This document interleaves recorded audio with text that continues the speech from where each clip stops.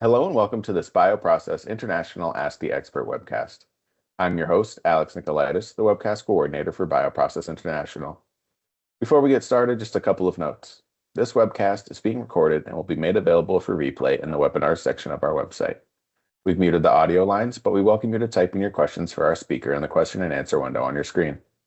After the presentation, we'll begin the Q&A portion and I'll ask our speaker your questions. Your questions in the Q&A window will only be visible to myself and our speaker. So thank you for joining us today. It's now my pleasure to introduce our speaker, Rok Sekirnik, PhD, Head of Process Development, mRNA, pDNA from Sartorius BIA Separations. Thank you, Alex. Thank you for the introduction, and thanks to everybody who's joining us today for this webinar. It's a real joy to be back to Ask the Expert series. It's been a while since we did the last one. I did want to say where I am giving this webinar from. This is our facility, partly how it already is, partly how it will be in a couple of years when the trees grow. This is where Sartorius BIA Separations has been stationed now for a good number of years, and this is where we develop chromatographic monoliths, the so-called convective interaction media, and this is where we develop processes, downstream processes, in particular for gene therapy vectors, for mRNA, for plasmid DNA, and so forth.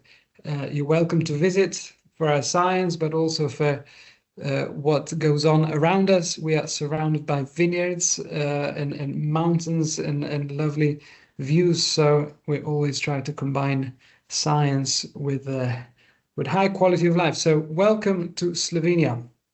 The topic of my presentation today is double-stranded RNA, and in particular the removal thereof. And I'm actually very excited for the first time to present a concept and a method that we've been developing for a couple of years now, and there is the first unveiling. So thanks for joining me for this.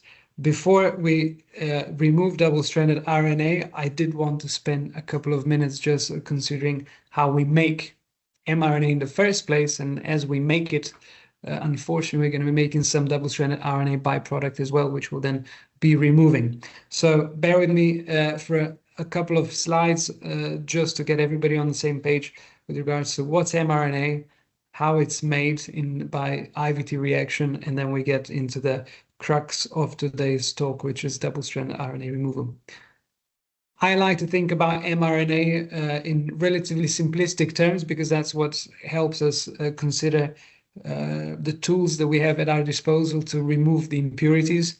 And quite simply, at a physicochemical level, mRNA is a long polymer, typically around 1,000 nucleotides, up to 10,000, possibly even a few nucleotides more for self-amplifying RNA. It's got a genetic structure, which I'm not going to consider now, but more importantly, it's got physicochemical properties which both make it a challenging molecule. One, it's its size, it's a megadalton structure. Second, its charge. It's highly negatively charged. It's an acid after all.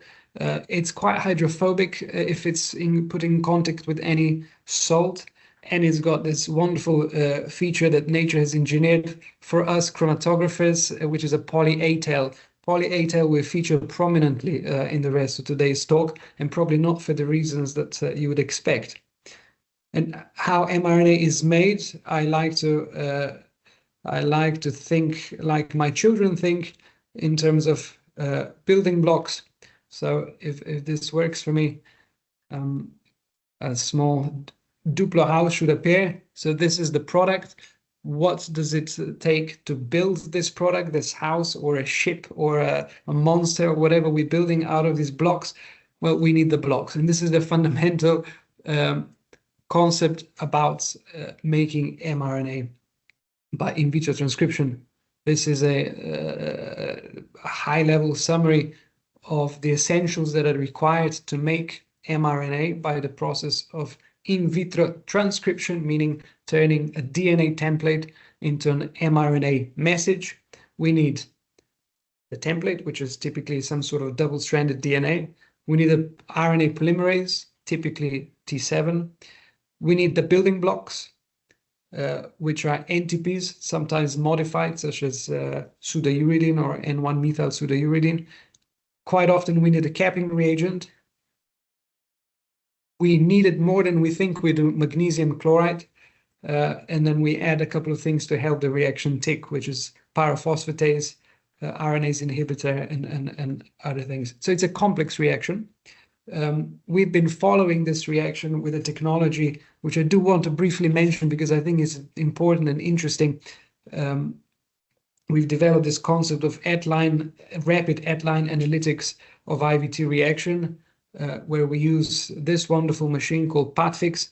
It's a biocompatible chromatographic system with which we demonstrated time and again that we can monitor the progression of IVT reaction in a near real time with a 3-minute analytical lag. We see concentration of a capping reagent, nucleotides, and mRNA being produced. And that's been the foundation of quite a lot of the work that we've done since. We've shown that this approach works for mRNA, for self-amplifying RNA, so much larger molecules. We've also shown that it works for very small IVT-derived RNA, such as tRNA. There's a whole paper published on how we can apply IVT monitoring to make tRNA.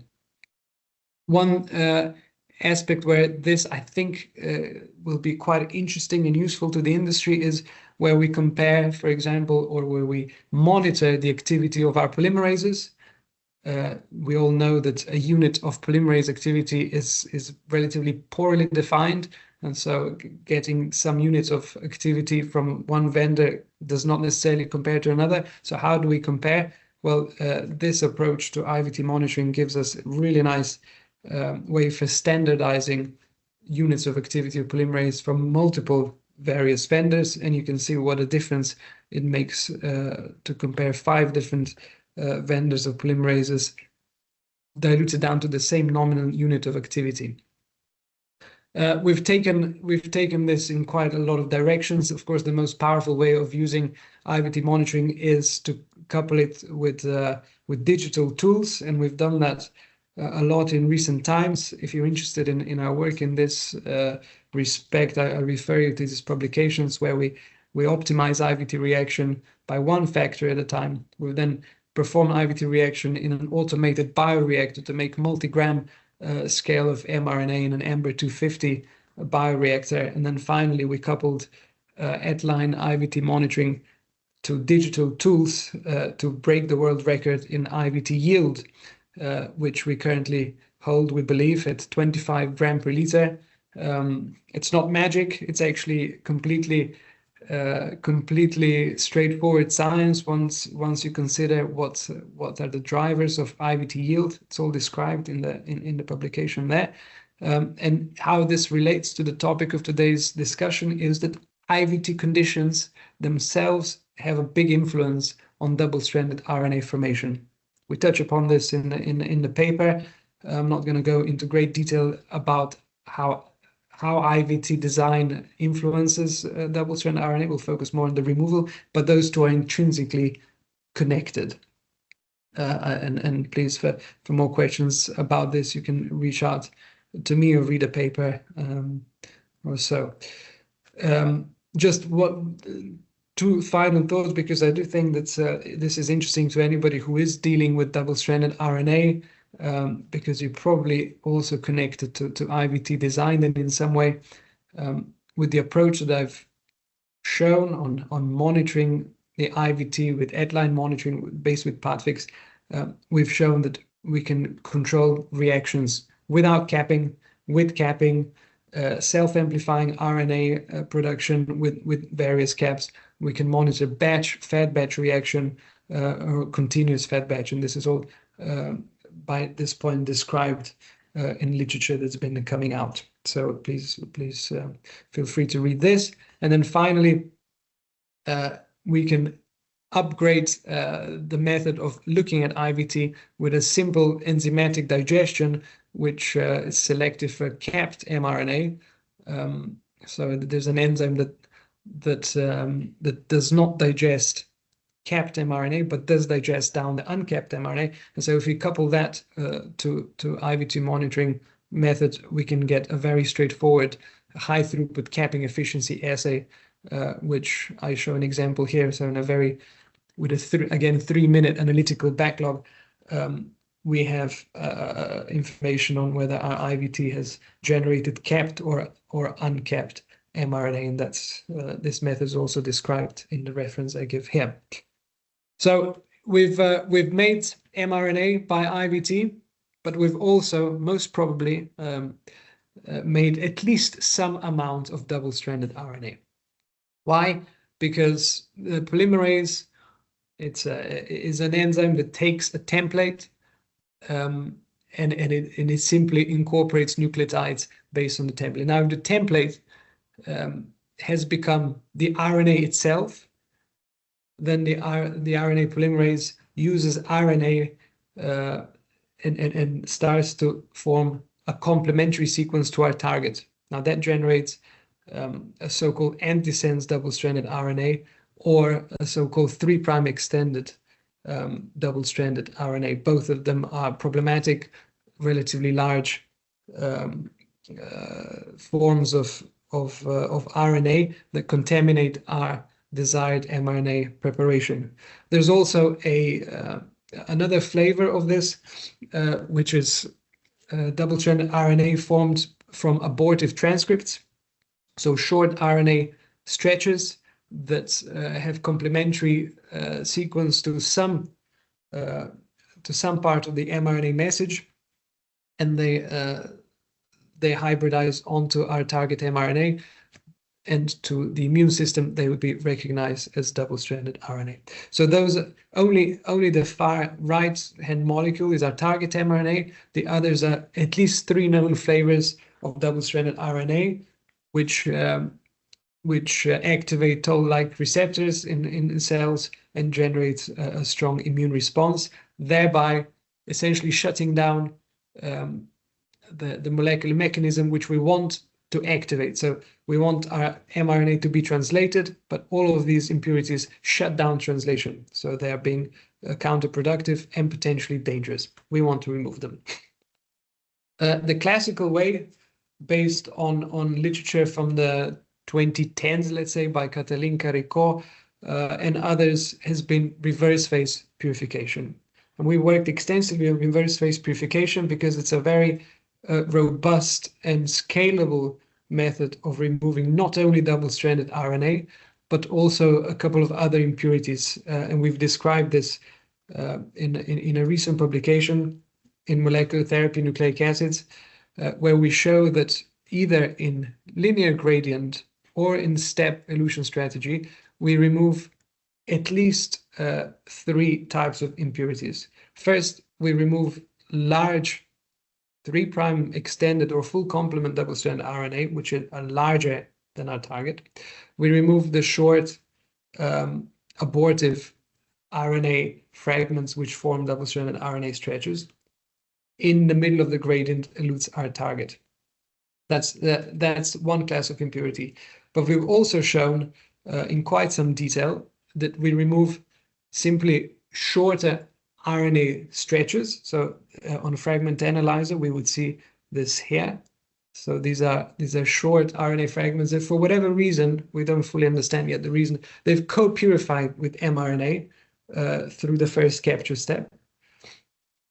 And the second or third, by this point, important impurity that we can remove with reverse phase is actually residual DNA template.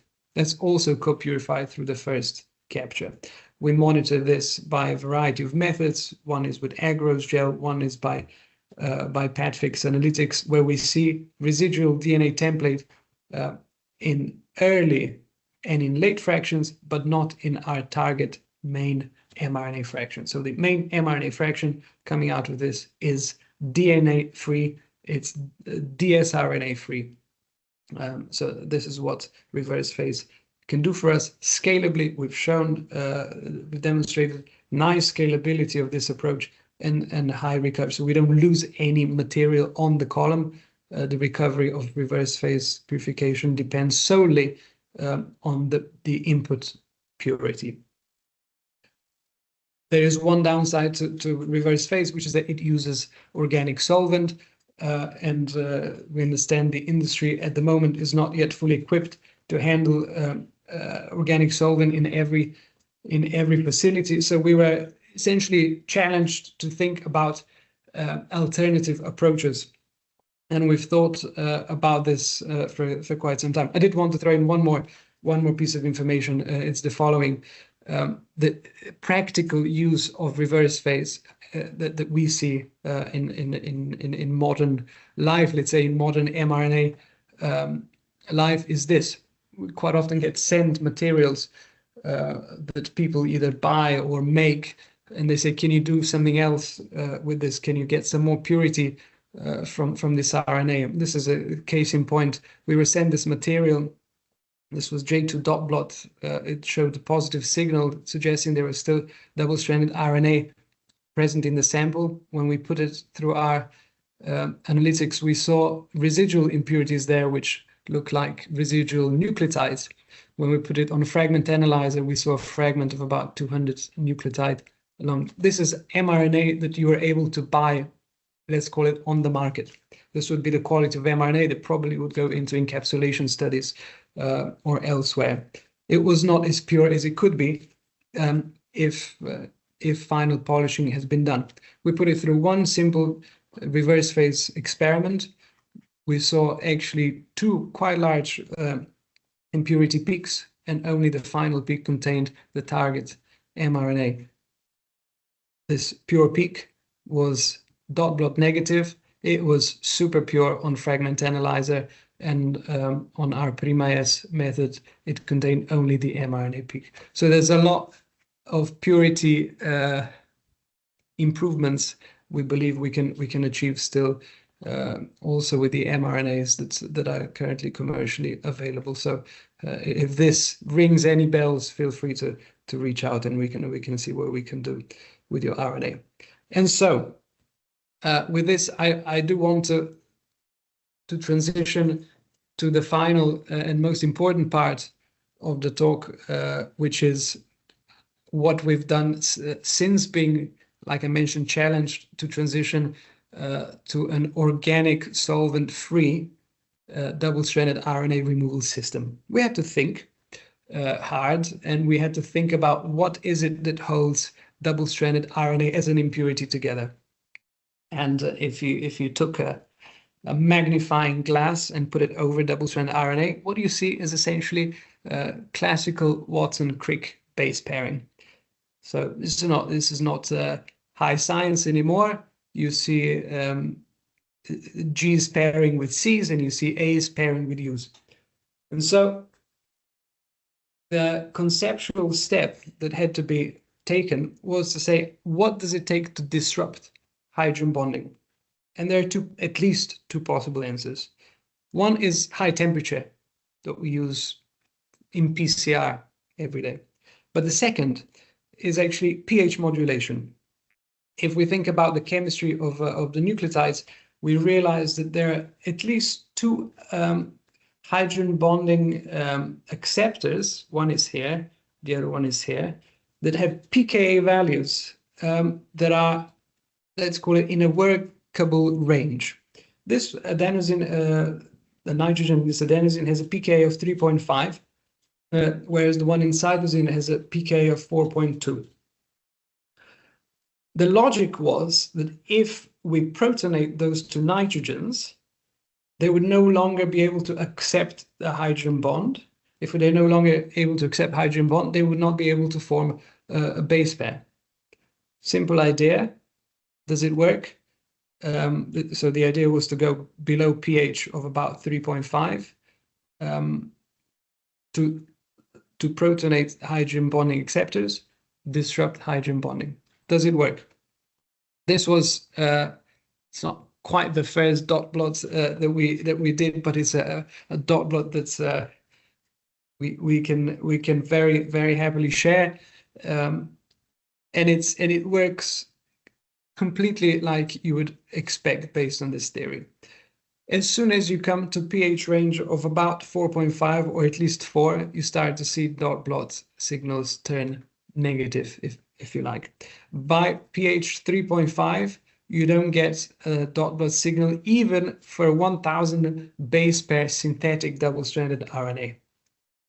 There's small variation in what pH we needed to hit in order to disrupt all double-stranded RNA in that panel of three mRNAs and one self-amplifying RNA and the synthetic standard. But you see that at about pH 3.5, there is no more double strand being detected.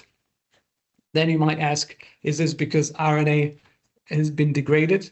And if we perform fragment analyzer experiments, you see that these RNAs are actually doing very well. So we have not been affecting their integrity. So what we see here is not a consequence of, let's say, degradation of RNA. It's also not it's not an analytical artifact that has been well controlled for, as we'll see later on. So bear with me. This is real. So the concept then is, if we have mRNA sample and we want to disrupt the hydrogen bonding, we do this with acidic denaturation. We need to go below the pKa of those hydrogen bonding acceptors. But that doesn't fully solve the problem. Why not? Because all of those strands that were forming double-stranded RNA are still present in solution. This is a problem. It is a problem because we still have the contaminants present. And if we re-pH, if we increase the pH back to near neutral, there's a high chance, in fact, it's confirmed by experiment, that those strands reform. So we've not finished our job yet. I'm skipping quite some development to get to the solution, which is that if we dip into solution a hook that is a selective hook for our target mRNA in the form and embodiment of Oligo DT ligand, we are able to capture polyadenylated stretches that are present on the target mRNA, that are not present on short fragments, and interestingly also although they are present in 3' extensions, Oligo DT does not capture them for reasons that we can talk about later. So disruption with pH modulation and loading onto Oligo DT column should get us pure mRNA. Does it? This is a typical experiment. We have denatured by pH modulation, diluted 1-to-1 ratio by so-called inline dilution, mRNA sample and loading buffer, classical loading buffer for Oligo DT chromatography, loaded onto Oligo DT and eluted in water. It's really relatively simple. This is the experiment. This is the load. It has some small flow through. This is the unbound fraction. Elution into water produces a very sharp focused peak that's typical of monolith elutions. And we expect in dilution to be only our target mRNA. This is the result. We collected the flow through. We've concentrated a little bit because the concentration there was nonetheless quite low. Analyzing it by fragment analyzer, you see more or less a surgical cut in molecular weight below the target. So the target here, this EGFP, is about 1000 nucleotides. The flow through contained everything but 1000 nucleotides. It contained quite a lot of shorter fragments. This here is a dimer. This is not double-stranded RNA. This is simply a non-covalent dimer of EGFP that we see often. Dot blot confirmed that mRNA eluted in water now, so this is neutral pH, was dot blot negative. We recovered 95% of material loaded. We were obviously able to separate the truncated fragments. The quality, the integrity of RNA was actually improved, and we've obviously removed double-stranded RNA. Let's look into some biology that we have observed here. When we looked at the cellular expression of this EGFP in immuno non-competent cells, BHK21, so those do not generate an immune response, we saw that both the viability and the expression did not vary with the purification or with the quality of mRNA that we put in. The situation was quite markedly different when we went into A549 cells. This was work performed by our colleagues at Tron in Germany. You see that the purification with this acidic denaturation and Oligo DT experiment made quite a big difference, both on expression level of EGFP, on the relative viability, and the inverse effect on interferon beta secretion.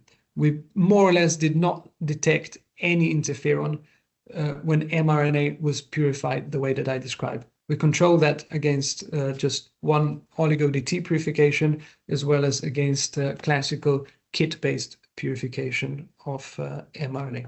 So not only have we shown physicochemical depletion of double-stranded RNA that I showed before, the biology confirms not only that RNA is doing well, but it's actually the quality is significantly improved compared to classical purification approaches.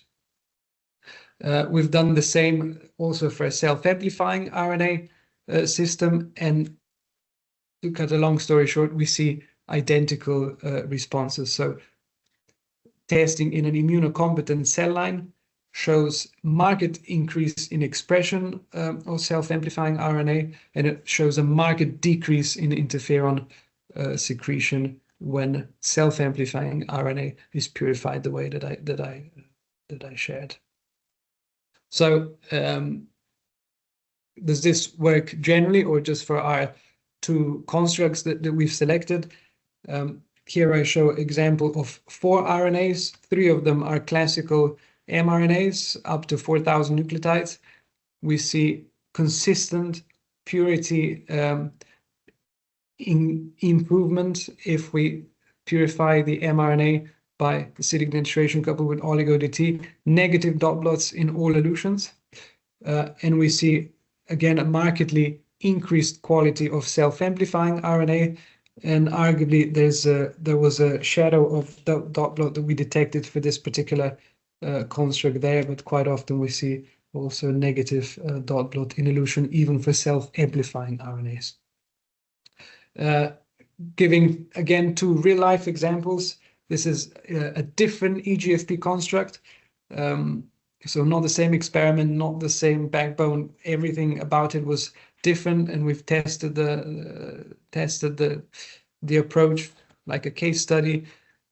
We see identical behavior, shorter RNAs eluting in flow-through, and beautiful target RNA eluting in the elution fraction, with consistent effects on integrity and dot plot. And here is another example of a 7,000 nucleotide RNA, where again, flow through here was quite significantly higher because the starting material quality was a lot lower. And interestingly, this approach helped us clean up a lot of the smaller fragmentation on this self-amplifying RNA that would otherwise be quite difficult to remove, but is obviously present in a lot of self-amplifying RNA preparations. You get this fragmentation detectable by fragment analyzer. This is otherwise difficult to remove.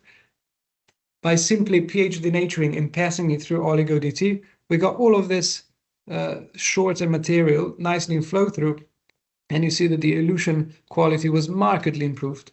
So we received material that was 66% pure by fragment analyzer, and we were, by this very simple intervention, able to return 80% pure material.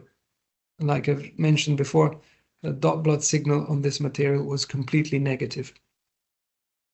For all of those labs that perhaps not yet have the privilege of operating in chromatographic skid, and also perhaps are working with the volumes and mRNA masses that are not yet at the scale that would befit a chromatographic skid operation, we've transferred the same approach to centrifuge columns containing an Oligo DT monolith disk. Long story short, it takes a couple of washes to wash off the residual impurities. We've shown here that it took us 4 washes to completely wash off the dot plot signal, but then the elution again in water was completely dot plot free, dot plot negative, and the fragment analyzer was beautiful here, whereas the flow throughs contained these shorter fragments that I mentioned before. In other words, we can scale down beautifully, and you can operate this method on a centrifuge-based system. We also scaled up. We've currently done the experiment at 40 milligrams. I'm not going to repeat it because the results were consistent. So the scalability is also not an issue here. One interesting finding about this approach, and I here want to preempt certain experimentation that would say, oh, this doesn't actually work, is you cannot apply the approach of acidic denaturation directly onto IVT mixture. The RNA has to be pre-purified, and our recommendation is to be pre-purified with Oligo DT, because that works best. You could use other pre-purification techniques as well if you wanted to apply acidic oligo, but you cannot apply acidic oligo directly onto IVT. And we profiled why this is and found that spermidine and magnesium actually protect double-stranded RNA molecules quite strongly.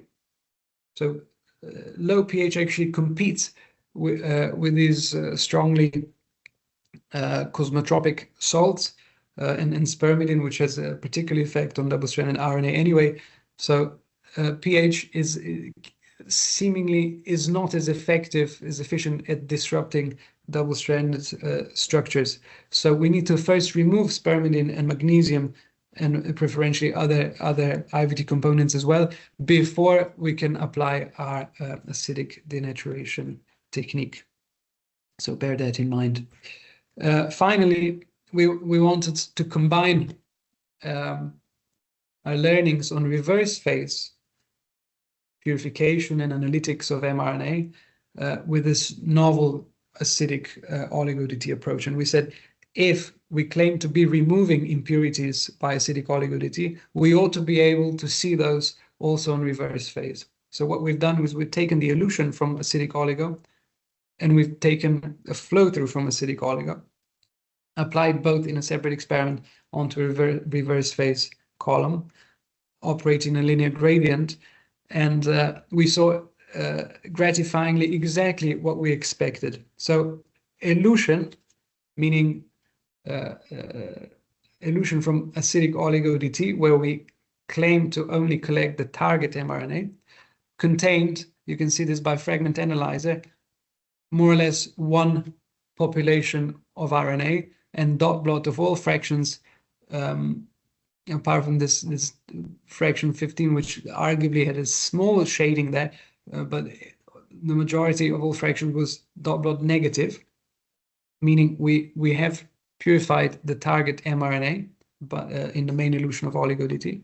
Whereas the flow through is a completely different story. In the flow through, we could more or less travel through the gradient from short RNA fragments all the way up to large, over 4,000 nucleotide species, which do indeed confirm that we have here 3' extensions or and other large molecular weight double-stranded RNA structures. And look at the dot plot; it shines very strongly indeed. So this is a sort of a validation through reverse phase chromatography that what we claim to observe in acidic oligo DT is indeed real. Finally, you might ask, if we apply this mildly acidic, I claim this is mildly acidic condition, and it's in fact not unlike the acidic conditions that are used for encapsulation of mRNA, where pH is quite often around 4. Here we are just below 4. So I claim that this should not be in any way detrimental to mRNA, at least not in the exposure time that we apply here, which is minutes. But nonetheless, we wanted study the stability of mRNA produced with this approach, not only on a relatively stable EGFP. We tried luciferase, we also tried a self-amplifying RNA construct, and you see the results here. For 2 weeks at 4 degrees, we did not see a marked decrease of RNA quality that has gone through acidic denaturation and oligo DT treatment. Gratifyingly, somehow, I said I was hoping to see some degradation, at least for self-amplifying RNA, and there was a minor shoulder here appearing after 2 weeks at 4 degrees for self-amplifying RNA, but nothing dramatic that would indicate that acidic denaturation was actually harming the integrity of our RNA. And finally, because this is a common question, then was the recovery of this approach, and does the recovery depend on the column loading that we use? And the answer is recovery is high because this is basically an oligo-DT experiment. From the perspective of oligo-DT column, the sample is no different than any other sample. Only you, the operators, the scientists, know that the RNA has undergone a small pH shock. Oligo-DT operates as business as usual, and we've learned by this point, I think beyond reasonable doubt, that oligo-DT has recovery rates of 90–95%. That it's got high cycling numbers. Certainly in our facility, we've operated oligo-DT single column for hundreds of injections, and so this approach is no different. So we have high recovery rates that are independent of column loading. So you can load, as we did here, 0.2 mg per mil up to 2.5 mg per mil, and the recovery rates did not vary really. So whether you load a small amount of RNA because you have small amount to purify, or a large industrial scale amount, you can always expect all of your pure mRNA to be eluted off the column, and the purity, importantly, also did not vary with the amount that we loaded onto oligo-DT after mRNA has been what we say pH denatured. So that brings me to the end of the message that I wanted to transmit today. We did start the talk with thinking about what it takes to make mRNA, because I did want to remind us of the techniques and technologies available to really control IVT reaction. And remind yourselves that there are now analytical platforms available that can really support you in optimizing your IVT from the perspective of yield, but as well as purity.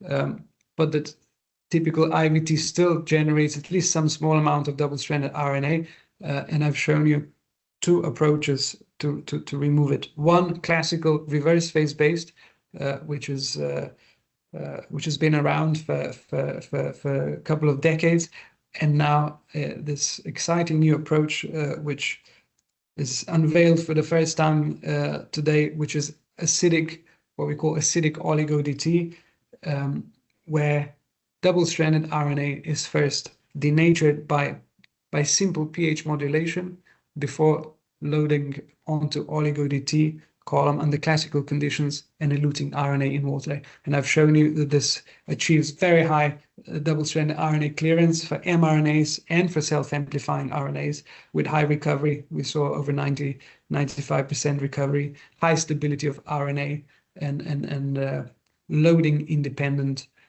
recovery on the column. So hopefully this will be useful to the field. Hopefully this will drive production of higher quality mRNAs that are then used for other studies. And so I remain at your disposal for any questions. I want to thank a lot of people who have put in a lot of work to make this possible. We are hoping to have a publication on this accepted soon, so you can read it in more detail there. But for today's webinar, that's as much as I had time to go into. So thank you very much for your attention.